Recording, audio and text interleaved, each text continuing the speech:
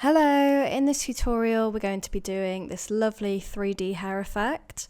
You're going to need some just normal embroidery thread, some sharp scissors, and you can also have a little hair comb as well.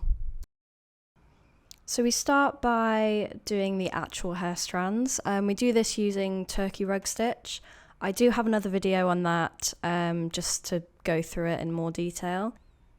In this video I'm only using 3 strands of thread to make the hair. Because the head is quite small in this piece, but if you've got a piece where the person has a bigger head, you can use 6 strands to make the hair a bit thicker. So we'll make the strands as long as you want them really, we can always trim them later.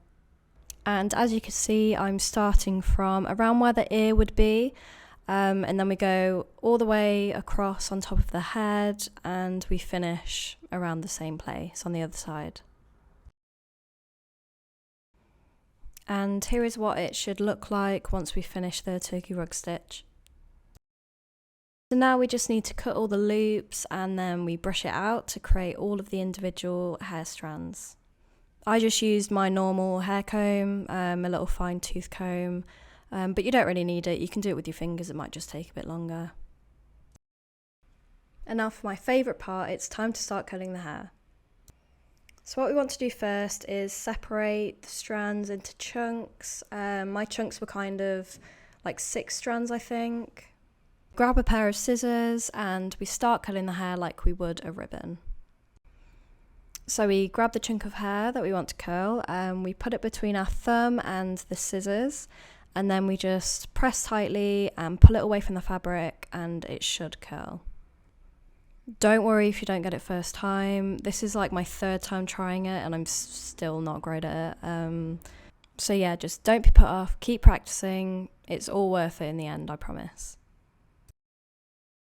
This bit is completely optional, but once all the hair is curled, I like to put a little hair tie in.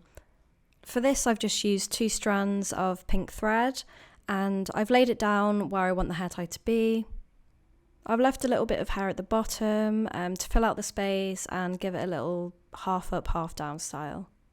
Now we just bring the hair over and tie it in a knot until we've got a little ponytail.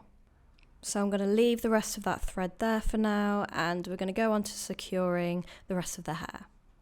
So we're not going to be stitching all of the hair in because we don't want it to get too flat.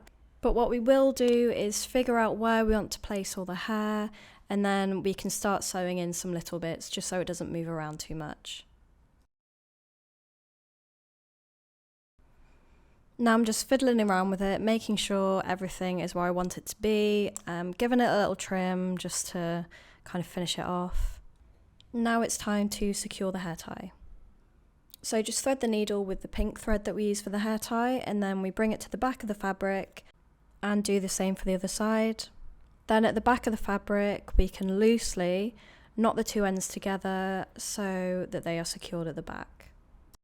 Here's me just fiddling around a bit more. I took so much time just messing about at the end, but I definitely encourage you guys to do that as well, because at the end it's going to be so worth it, and to be honest it was so therapeutic just sitting and messing about with it. So yeah, here is the finished product. I hope this video was helpful. And I have a lot of other embroidery tutorials on my page, so just check it out. Bye!